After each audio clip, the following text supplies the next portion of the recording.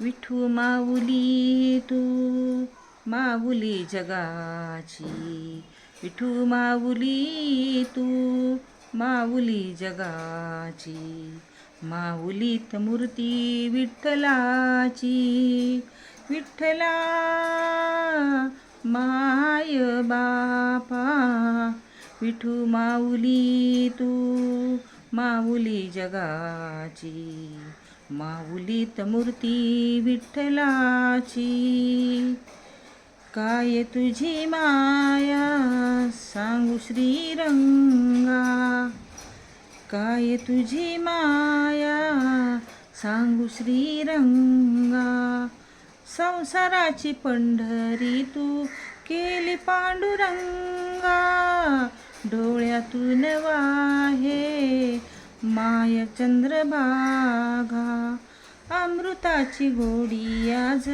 आली अभंगा, विठ्ठला पांडुरंगा, अभंगाला जोड टाळची पळ्यांची, अभंगाला जोड टाळची पळ्यांची, माऊलीत मूर्ती विठ्ठलाची, विठ्ठला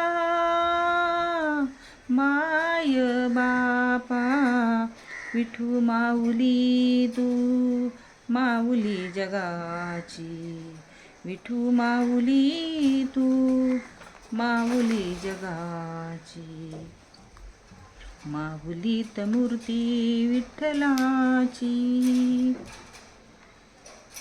लेकरांची सेवा केलीस तू आई, लेकरांची सेवा केलीस तू आई, कस पांग फेडू कस होऊ तराई, तुझ्या उपकारा जगी तोड नाही, ओवाळीन जीव माझा सावळे विठाई, विठ्ठला माय बापा, जन्मभरी पूजा तुझ्या पावलांची, जन्मभरी पूजा तुझ्या पावलांची, माऊलीत मूर्ती विठ्ठलाची. श्री स्वामी समर्थ. आज तुम्ही म्हणता की ह्यांनी डायरेक्ट अभंग का म्हटले, त्याला कारणच तसं आहे. तर काल एक मला मोबाईलवरती एक छान असा लेख आला, तर मला असं वाटलं की तुम्हाला तो वाचून दाखवा. तर तो मी वाचून दाखवते तुम्हाला. घरात सगळं आहे पण कुणीतरी हरवले. काल घरात चार्जर सापडत नव्हता, नेहमीच्या जागेवर नव्हता. मग शोधाशोध सुरू झाली. सोफ्याच्या फटीत पाहिलं, बेड खाली बघितलं, टेबलावरच्या कागदाच्या ढिगाऱ्यात बघितलं, घरातल्या प्रत्येकाला विचारून झालं. चार्जर मिळाला आणि सगळ्यांनी सुटकेचा निश्वास सोडला. पण त्या क्षणी मनात एक विचार आला, आपण घरात हरवलेला चार्जरसाठी इतकं अस्वस्थ होतो, मग हळूहळू हरवत चाललेल्या माणसाचं काय? बरोबर आहे. इथं प्रश्नचिन्ह आहे. कारण माणसं अचानक हरवत नाहीत, ती घर सोडून जात नाहीत, ती रोज आपल्यासमोरच असतात. सकाळी चहा देतात, ऑफिसला जातात, स्वयंपाक करतात, शाळेत जातात, टी व्ही पाहतात, मोबाईल बघतात. सगळं काही नेहमीसारखं दिसत असतं. फक्त त्यांच्या मनात काहीतरी हळूहळू बदलत असतं आणि तो बदल आपल्याला दिसत नाही, किंवा दिसला तरी आपण दुर्लक्ष करतो. हे पण बरोबर आहे. कधी काळी घरातली आई खूप बोलायची, तिला सगळ्यांच्या गोष्टी माहीत असायच्या. आता ती तशीच काम करते, पण मध्येच खिडकीतून बाहेर बघत असते. काय विचार करत असेल? कुणी विचारलं नाही. वडील पूर्वी एखादा विनोद सांगून सगळ्यांना हसवायचे. आता ते जेवण झाल्यावर शांतपणे उठून त्यांच्या खोलीत जातात. वय वाढलं म्हणून असेल असे म्हणून आपण पुढे निघून जातो. पण कदाचित वय वाढलेलं नसतं, एकटेपणा वाढलेला असतो. आजी आजोबा तर अजून वेगळेच, त्यांच्याकडे वेळ असतो. पण ज्यांच्यासाठी वेळ असतो त्यांच्याकडे वेळ नसतो. पूर्वी घरातले प्रत्येक निर्णयात त्यांचा सहभाग असायचा. आज अनेकदा त्यांना फक्त माहिती दिली जाते. त्यांच्या गोष्टी ऐकताना आपण मोबाईलकडे बघत असतो आणि तेही मग तीच गोष्ट अर्धवट सोडून गप्प होतात. वयाच्या एका टप्प्यावर माणसाला औषधापेक्षा जास्त गरज असते ती सोबतीची. पण हे लक्षात येईपर्यंत बराच खूप उशीर झालेला असतो. मुलंही हरवत आहेत. पूर्वी शाळेतून आले की घरभर आवाज असायचा. आता दार उघडलं की बॅग ठेवली जाते आणि खोली दार बंद होते. आपल्याला वाटतं आजकालची पिढीचं असंच आहे. कदाचित असेलही, पण कदाचित त्यांच्याही मनात काही प्रश्न असतील, काही भीती असेल, काही ना काही सांगलेले दुःख असतील, कोणास ठाऊक. आजकाल घरात सगळं आहे. मोठा टी व्ही आहे, महागडे मोबाईल आहे, वायफाय आहे, AC आहे, सुखसोयी आहे.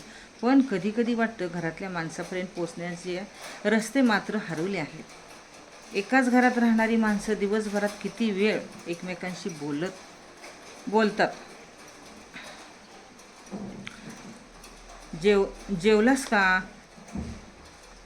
लाईट बंद कर. उद्या किती वाजता जायचे?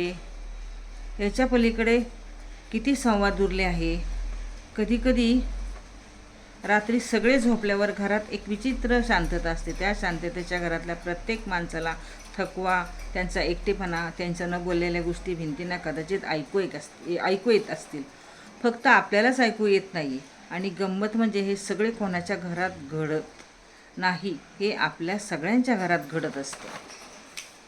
फरक एवढाच, आपण त्याला नाव देत नाही. आपण म्हणतो सगळं व्यवस्थित आहे, कारण घरात भांडणं नाही आहेत. सगळं आपापली कामे करत आहेत, कोणी तक्रार करत नाही. पण कधीकधी तक्रार न करणारी माणसं सर्वात जास्त थकलेली असतात आणि शांत दिसणारी माणसं सर्वात जास्त हरवलेली असतात. आजही कदाचित आपल्या घरात कुणीतरी खिडकीतून बाहेर बघत असेल, कुणीतरी जुन्या फोटोमध्ये पाहत असेल, कुणीतरी मोबाईल हातात धरून कोणाच्या फोनची वाट पाहत असेल, कुणीतरी सगळ्यांसाठी धावत असेल आणि मनातल्या मनात विचार करत असेल, माझ्यासाठीही कुणी थांबत असेल का? हा प्रश्न मोठ्यांना कुणी विचारला नाही, म्हणून तो ऐकूही येत नाही. काल चार्जर शेवटी सापडला, पण त्या शोधात एक गोष्ट जाणवली. घरात हरवलेल्या वस्तू शोधून खूप सोपं असतं. घरात हरवलेल्या वस्तू शोधणं खूप सोपं असतं, कारण त्या कुठं आहेत हे तरी आपल्याला माहीत असतं. अवघड असतं ते घरातल्या असलेल्या, आपल्या अगदी जवळ असलेल्या आणि तरीही हळूहळू दूर निघून गेलेल्या माणसांना पुन्हा शोधणं. आणि कधीकधी वाटत आपल्या घरात चार्जर हरवलेला नसतोच, हरवलेले असते ते एखाद्याची आई, वडील, मोकळेपणाने आजी आजोबा, गोष्ट ऐकणारे कान किंवा मुलांच्या मनात बोलके जाग. आणि त्या हरवलेल्या गोष्टी शोधाशोध सुरू झाली तर कदाचित अनेक घरात पुन्हा घर पण सुरेल. म्हणजे ह्या गोष्टी किती ह्याच्यात आज प्रत्येक घरामध्ये हे होते की साधा चार्जर जरी हरवला तरी आपण अस्वस्थ होतो. पण आज घरामध्ये मोठी माणसं आहेत बघा, दिवसभर ते एक तर ती नातवंडांना सांभाळून बागेत जातात, त्यांना घेऊन बसतात, त्यांचा तो एकटेपणा तिथं घालवतात. पण नंतर घरी आले, जेवण वगैरे झाले की आपल्या आपल्या रूममध्ये जातात. मोबाईल पाहून पाहणार तरी किती, शेवटी ते एकटेपणा. म्हणून मला आज हा संवाद तुम्हाला वाचून दाखवा वाटलं. कसा वाटला मला तुम्ही सांगा, कमेंट्स करा नक्कीच. श्री स्वामी समर्थ.